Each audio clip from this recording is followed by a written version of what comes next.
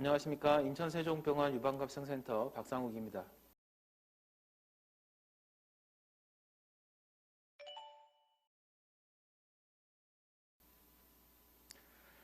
유방암은 30세부터 자가검진, 35세부터 병원에서 검사, 그리고 40세부터는 유방 촬영을 하도록 권고하고 있습니다. 자가검진은 생리를 하는 경우에는 생리 끝난 일주일 후에 보통 하고요. 생리를 하지 않는 경우는 매달 하루를 정해서 자가검진을 생활하는 것이 좋습니다. 손을 펴서 가슴을 원을 그리듯이 만져서 만져지는 게 있는 경우 병원을 방문하시면 됩니다. 40세 이후에는 검진 유방 촬영을 꼭 시행하시고 필요한 경우에는 초음파를 시행할 수 있습니다.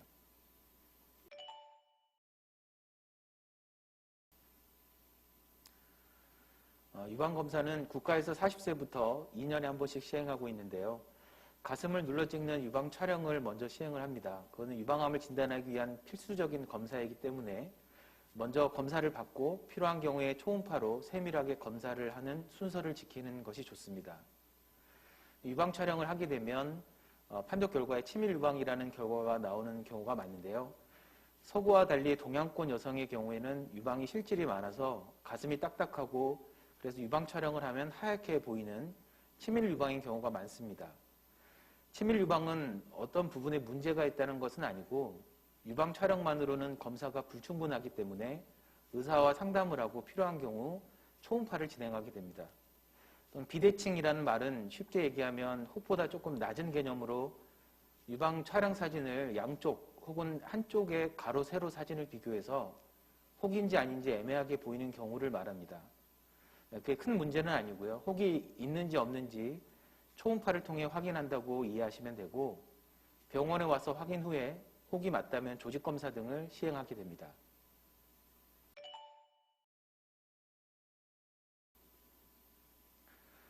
유방 촬영과 초음파 둘 중 하나만 해야 된다면 유방 촬영을 하는 게 더 낫습니다.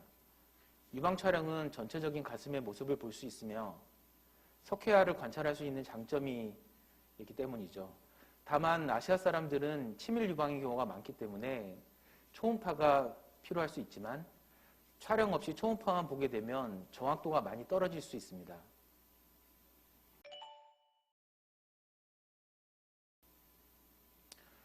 유방 통증은 여성 호르몬 때문인 경우가 대부분입니다. 보통 여성분들은 생리 전에 가슴이 부풀고 통증이 있다가 생리가 끝나면 통증이 사라지는 경우가 많습니다. 살이 찌거나 몸이 안 좋거나 스트레스를 많이 받는 등 호르몬의 변화가 일어나면 예기치 못한 통증이 좀 생길 수 있는데요. 이는 자연스러운 현상이고 시간이 지나면 소실되는 경우가 많습니다. 50세 전후가 되면 폐경이 찾아오는데 이때 비특이적인 통증이 많이 생길 수 있습니다. 그래서 유방통으로 내원하시는 대부분의 환자분들이 50세 전후의 연령대입니다. 다만 혹이나 암을 통증으로 느끼는 경우도 있기 때문에 예기치 못한 통증이 느껴진다면 병원에서 한번 확인해 보시는 게 좋습니다. 유두 분비물의 경우에는 자가검진으로 유두를 살짝 짰을 때 투명하게 또는 약간 노랗게 분비물이 나오면 이건 정상소견이고요. 또는 속옷에 묻을 정도로 나오거나 혈성 분비물이 나온다면 문제가 될 수 있어서 병원에서 검사가 필요합니다. 혈성 분비물이 나오는 경우에 대부분 유두종 같은 양성혹일 가능성이 있지만 가끔 유방암으로 진단되는 사례도 있습니다. 또 투명한 분비물이 많이 나온다면 약제나 호르몬 이상일 수 있어서 검사가 필요한 경우도 있지만 대부분 큰 문제는 아닐 가능성이 높습니다.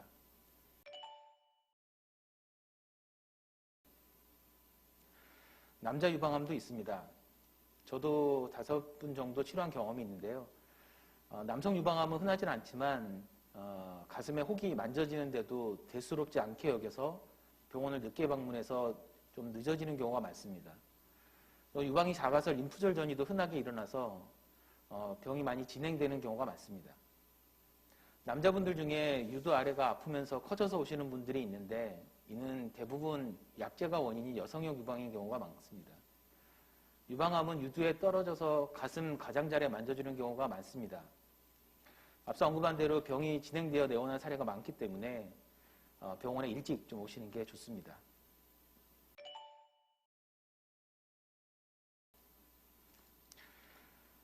갑상선 종괴나 암으로 수술을 해야 될 때 인천세종병원에서는 여자 환자분들 경우 80% 정도를 내시경 수술로 진행하고 있습니다. 이전부터 갑상선 수술은 내시경이나 로봇을 많이 적용하고 있는데요. 목 절개술에 비해서 성적이 같을 정도로 결과도 우수하면서 흉터를 최소화할 목적으로 시행하고 있습니다. 환자 상태에 따라서 겨드랑이 부위에 4cm가량 절개를 통해서 갑상선으로 접근하는 애과접근법과 1cm 미만의 절개를 통해 접근하는 양측 애과 유방 접근법을 시행하고 있습니다. 내시경 수술은 인터넷에 퍼져 있는 정보와는 다르게 목 절개술에 비해 통증도 그다지 크지 않고 유착도 심하지 않습니다. 갑상선암의 수술 성격도 여러 논문에서 목 절개술과 재발의 차이가 없는 것으로 보고되어 있고, 그래서 인천세종병원에서는 우리 환자도 합병증 및 재발의 차이는 없었습니다.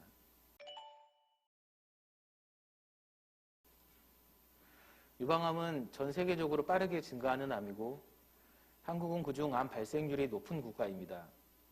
현재 여성에서 생기는 암 중 가장 흔하고 2017년 기준으로 전체 여성암의 20%를 차지하고 있습니다. 이렇게 빠르게 증가하는 원인으로 고지방 고칼로리의 서구화된 식생활, 비만, 그리고 이른 초경과 늦은 폐경, 출산율 저하라든지 수유 감소 등 여성 호르몬에 노출되는 기간이 늘어나면서 지속적으로 증가하는 추세에 있다고 생각합니다. 그래서 정기적인 유방검사가 꼭 필요합니다. 유방 촬영이 통증도 있고 힘들긴 하지만 검진에 맞춰서 꼭 시행하셨으면 좋겠습니다. 우리나라는 갑상선 질환 발병률도 높은데 갑상 항진증보다는 저하증이 많으면서 이는 해조류나 천일염 등 요오드 과다 섭취로 인한 것으로 보입니다. 우리나라 갑상선암이 많은 것도 이런 생활 습관이 한몫을 한다고 생각합니다. 그래서 갑상선 질환이 의심되는 경우는 꼭 병원에서 검사를 받으시는 것을 추천드립니다. 감사합니다.